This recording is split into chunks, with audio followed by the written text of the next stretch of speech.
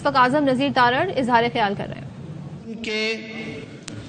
اور attorney general for Pakistan کے جو آرگیومنٹ سے ان سے آگاہ کیا. پورے ملک نے اس مقدمہ کی پروسیڈنگز دیکھی اور پڑھی. یہ بات کسی سے ڈھکی چھپی نہیں ہے. جنرل فار پاکستان کے جو آرگیومنٹ سے ان سے آگاہ کیا. پورے ملک نے اس مقدمہ کی پروسیڈنگز دیکھی اور پڑھی. یہ بات کسی سے ڈھکی چھپی نہیں ہے کہ جب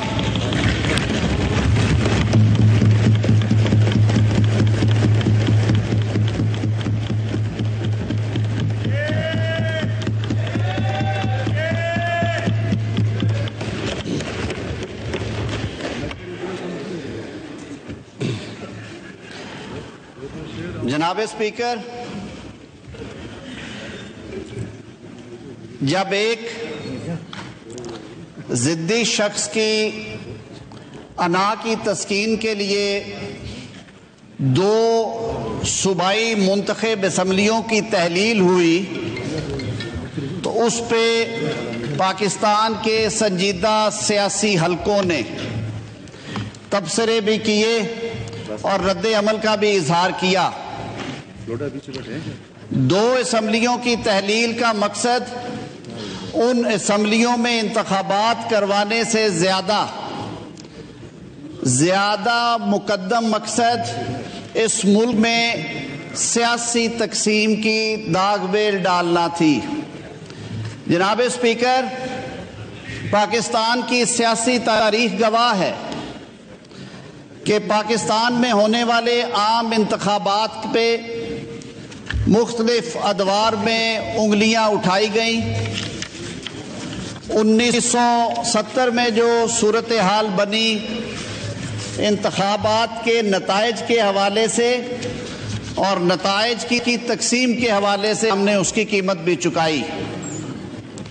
میں آج اس موقر ایوان میں کھڑے ہو کر تاریخ کے ایک طالب علم کے طور پہ یہ بات بلا خوف تردید کر سکتا ہوں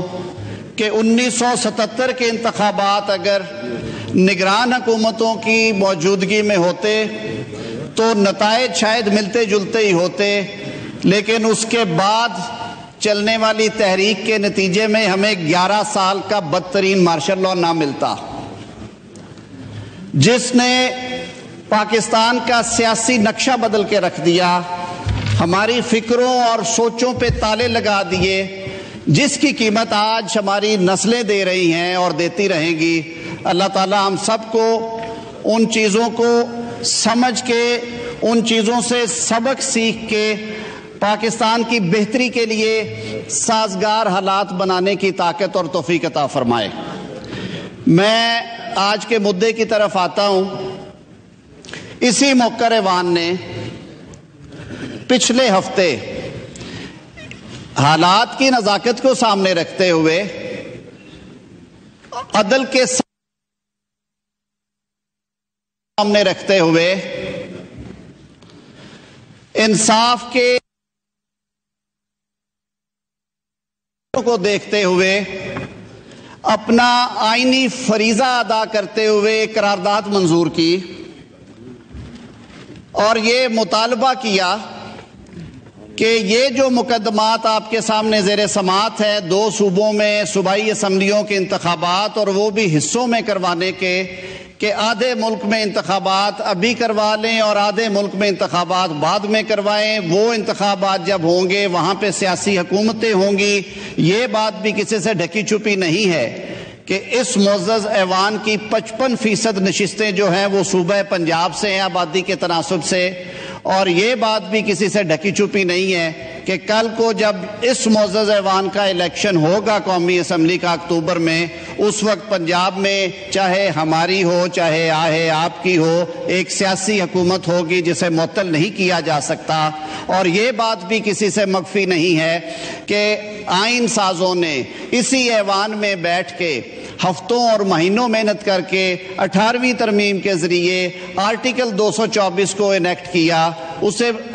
یونانیمسلی پاس کیا، جس میں یہ طے کر دیا گیا کہ ملک میں انتخابات کے لیے ایک سازگار ماحول دینے کے لیے، انتخابات کو شفاف، غیر جانبدارانہ اور منصفانہ انشور کرنے کے لیے ملک بھر میں ایک وقت پہ نگران سیٹ اپس کے زیر انتظام انتخابات ہوں گے۔ ان ساری باتوں کو سامنے رکھتے ہوئے پاکستان کے سب سے بڑے منتخب ایوان نے قرارداد پیش کی، انتہائی باادب طریقے سے ایک ایک لفظ چن کے اس قرارداد کا حصہ بنایا گیا اور التماس کی، مطالبہ کیا اس چیف سے کہ اس معاملے کو آپ سنجیدگی سے لیں۔ یہ مقدمات 4 ججوں خارج کر دیے گئے تھے۔ یہ کہہ دیا گیا تھا اس فیصلے میں کہ یہ آئین کے آرٹیکل 184(3) کے دائرہ کار میں مقدمات نہیں آتے، بلکہ یہ صوبوں کے مسئلے ہیں۔ ہمارا آئین ایک طریقہ کار وضع کرتا ہے کہ جو ایکسرسائز آف جورسڈکشن ہے وہ بھی انڈیپینڈنٹ ہائی کورٹس وہاں سے شروع ہوگی۔ انہوں نے اپنی دانست میں وہ فیصلہ صادر کر دیا۔ اس ایوان نے اس کی توثیق کرتے ہوئے جناب چیف جسٹس سے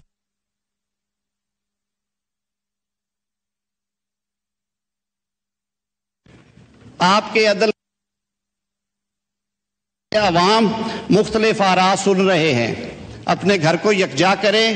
ہماری استدعا ہے کہ آپ اس معاملے کو فل کورٹ میں لے جائیں،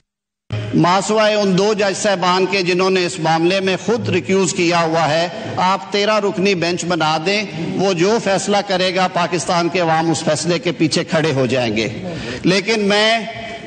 آج دکھ اور افسوس کے ساتھ بطور وزیر قانون، بطور قانون کے ایک طالب علم کے، ایک ایسے شخص کے جس نے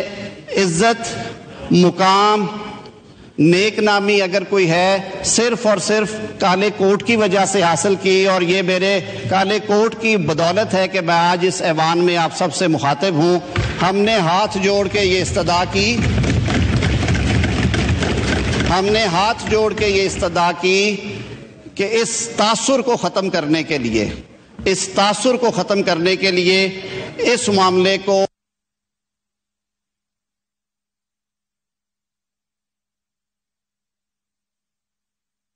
ملک کے حالات کو سامنے رکھتے ہوئے اس ملک کو آئینی اور سیاسی بحران سے بچانے کے لیے، بلکہ بحرانی کیفیت تو ہے، اس کو اور گہرا ہونے سے بچانے کے لیے آپ یہ معاملہ فل کورٹ میں لے جائیں۔ جناب اسپیکر، یہ مطالبہ حکومتی اتحاد کے سیاسی جماعتوں کی طرف سے نمائندہ وکلاء نے بھی کیا، جنہیں میں بڑے افسوس سے یہ عرض کروں گا کہ جنہیں وہاں پہ فریق نہیں بنایا گیا۔ پچھلی پروسیڈنگز میں وہ فریق تھے، 6 روز وہ بیٹھے رہے، سینئر ایڈوکیٹ سپریم کورٹ کے، انہیں فریق نہیں بنایا گیا۔ سمجھ سے بالا تر ہے کہ ان کی وجوہات کیا تھیں، لیکن اٹارنی جنرل صاحب نے یہ ساری باتیں بینچ کے سامنے رکھی۔ میں زیادہ نہیں دہراؤں گا، میں نے کل بھی عرض کیا تھا، اٹارنی جنرل صاحب نے یہ بھی عرض کیا کہ اگر آپ کی دانست میں یہ فیصلہ 4-3 کا نہیں ہے بلکہ یہ 3-2 کا 5 رکنی بینچ کا بھی ہے، تو اس کا ایک اچھا حل ہے کہ یا تو وہی 7 جج صاحبان بیٹھ جائیں اور وہ دوبارہ اس پہ غور کر لیں۔ اگر وہ ممکن نہیں ہے تو یہ معاملہ ریفر کر دیا جائے فل کورٹ کو۔ وہ 13 رکنی جنہوں نے 6 جج صاحبان اس کے جن کو شاذ و نادر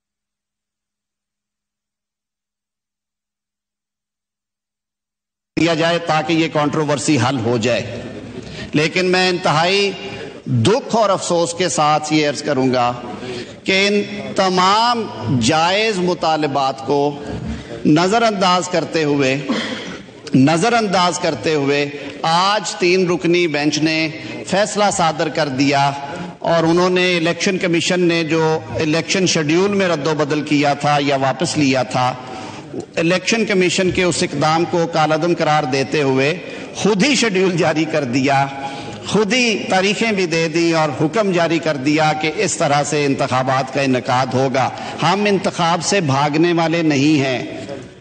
میرے اس معزز ایوان میں بیٹھے ہوئے شیر دل پارلیمنٹیرینز وہ بھی ہیں جو 6 دفعہ منتخب ہو کے آئے ہیں، وہ بھی ہے جو اپنے مخالفین کی ضمانتیں ضبط کرا کے آئے ہیں،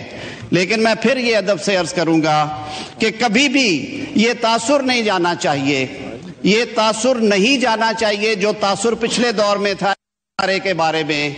کہ اس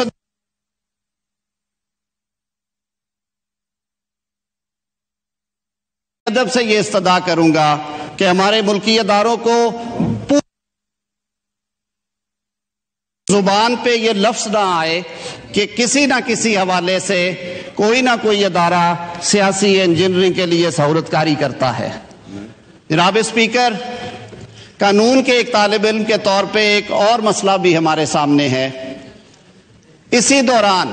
سپریم کورٹ کے ایک 3 رکنی بینچ نے 184(3) کی پروسیڈنگز میں ایک کیس کا فیصلہ کیا۔ کیس سنتے ہوئے انہوں نے لیگل کویسچن فریم کیا اور انہوں نے کہا کہ سو موٹو نوٹس کا اختیار، یعنی کہ از خود نوٹس کیس کا کس نے اختیار استعمال کرنا ہے، اور اوریجنل جورسڈکشن کے کیسز جو ہیں ان میں کون سے پیرامیٹرز ہونے چاہیے۔ اس کے لیے یہ ایک پرانا مطالبہ ہے، جیسے میں نے کل عرض کیا تھا کہ 2019 کے بعد فل کورٹ میٹنگ نہیں ہوئی۔ انہوں نے کہا آج یہ ہائی ٹائم ہے یہ ڈیسینٹنگ وائسز سنتے ہوئے، میرے خیال میں جو آوازیں پچھلے کئی ہفتوں سے اٹھ رہی تھی ان کو سنتے ہوئے بینچ نے ایک فیصلہ صادر کیا کہ جب تک یہ فل کورٹ میٹنگ نہیں ہوتی 184(3) کے تحت جو درخواستیں زیر سماعت ہیں ان پہ سماعت روک دی جائے اور معاملہ فل کورٹ میٹنگ میں ڈسکس کر کے رول میکنگ کے بعد اس پہ دوبارہ عمل کیا جائے۔ وہ نقطہ بھی عدالت کے سامنے رکھا گیا، اس پہ کہا گیا کہ اس کے بارے ایک سرکولر جاری کر دیا گیا ہے۔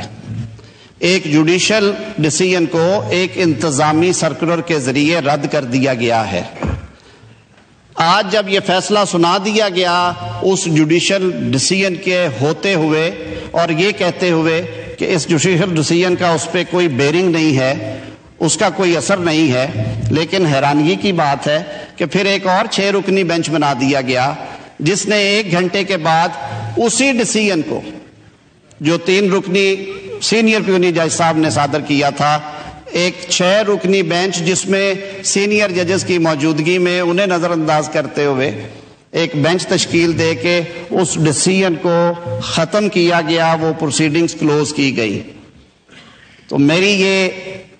میرا یہ سوال ہے کہ ہم کس ڈائریکشن میں جا رہے ہیں؟ ایک طرف تو یہ کہا گیا کہ اس ڈیسیژن کی کوئی حیثیت نہیں ہے، قانون تھوڑا سا بھی پڑھنے والا یا نہ پڑھنے والا بھی یہ پوچھے گا کہ اگر اس ڈیسیژن کی کوئی حیثیت نہیں تھی تو پھر یہ 6 رکنی بینچ بٹھا کے اس کو ٹرن ڈاؤن کرنے کا، اسٹرائک ڈاؤن کرنے کا، اس کو کنکلوڈ کرنے کی کیا ضرورت تھی؟ میرا یہ بھی ایک سوال ہے کہ اتنے اہم آئینی اور قانونی مقدمے میں اس طرح کی عجلت جو ہے، کیا وہ پاکستان کو سیاسی اور آئینی استحکام دے گی؟ کیا یہ مقدمہ، کیا اس میں دیا گیا فیصلہ آئین اور قانون اور عدالتی نظائر اور جوڈیشل پروپرائٹی اور جوڈیشل پریکٹسز کے مطابق ہے؟ کیا ہم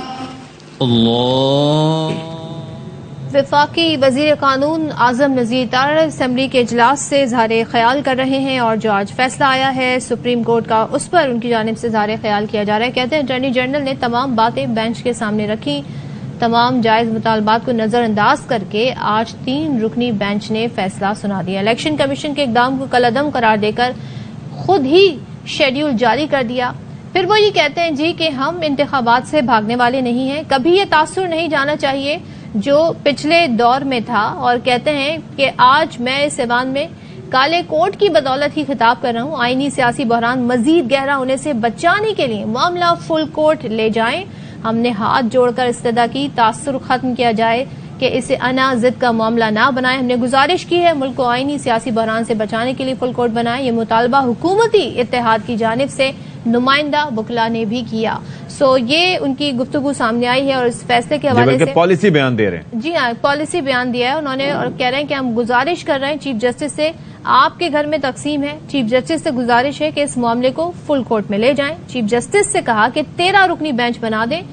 جو 2 ججز نے ریکیوز کیا ان کے علاوہ 13 رکنی بینچ بنا دیں، جو فیصلہ ہوگا عوام قبول کریں گے۔ بالکل جی، اور پھر ظاہر ہے کہ وہ فیصلے کا حوالہ دیتے ہوئے کہتے ہیں کہ جی اس دوران 3 رکنی بینچ نے ایک فیصلہ سنایا جو آرٹیکل 184(3) سے متعلق تھا، اور بینچ نے فیصلہ دیا کہ فل کورٹ میٹنگ تک 184(3) کے مقدمات کی سماعت روکی جائے۔ آج سپریم کورٹ نے اس فیصلے پر 6 رکنی بینچ بنا کر اس کو ختم کر دیا ہے، اور کیا اس طرح کی عجلت سیاسی استحکام دے گی؟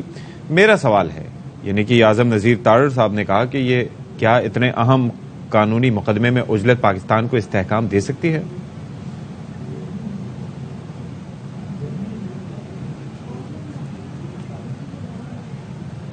Minister for law and justice.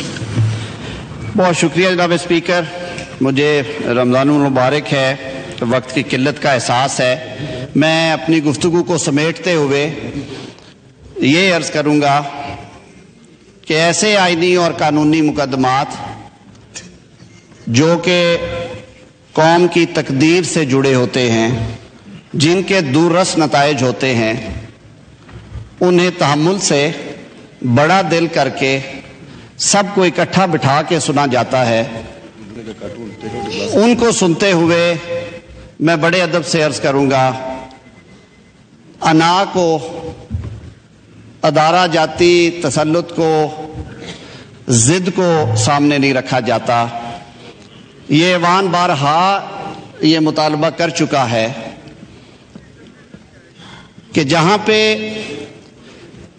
اداروں میں کام کرنے کا تعلق ہے، آئینی ادارے ہیں، ہم وہاں پہ اداروں کو مضبوط دیکھنا چاہتے ہیں، نہ کہ شخصیات کو۔ جب ادارے کے اندر سے یہ کہا جائے کہ ادارے کو منشا پہ چلایا جا رہا ہے اور تاثر ون میں ہے، تو اس سے زیادہ میرے خیال میں اور لمحہ فکریہ نہیں ہو سکتا۔ میں قانون کے ایک چھوٹے سے طالب علم کے طور پہ سمجھتا ہوں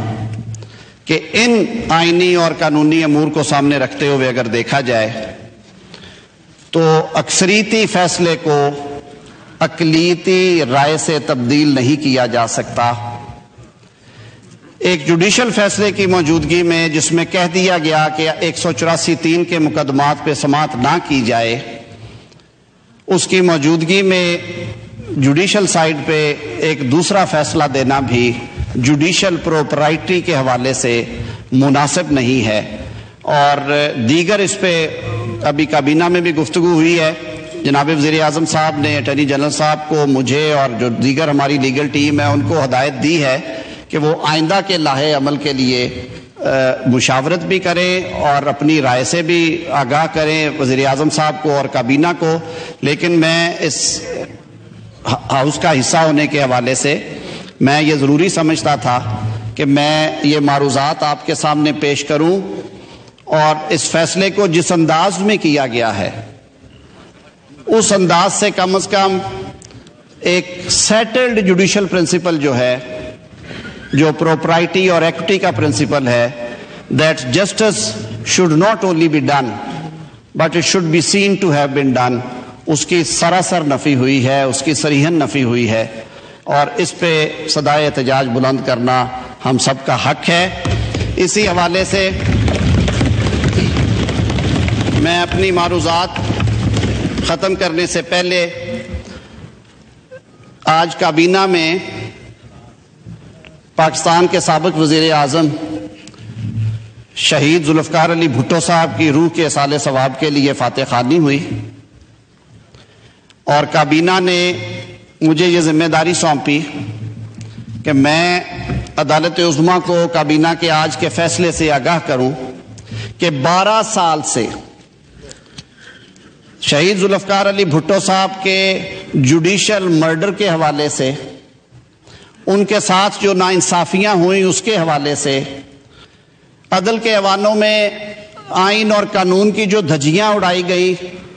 ان کا حساب ایک طرح سے چکانے کے لیے،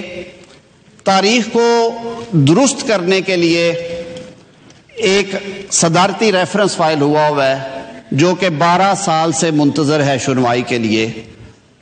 تو آج کابینہ نے یہ فیصلہ کیا کہ اس کی فی الفور سماعت کے لیے کابینہ کے حکم کے تابع وزارت قانون عدالت عظمیٰ کو چٹھی لکھے تاکہ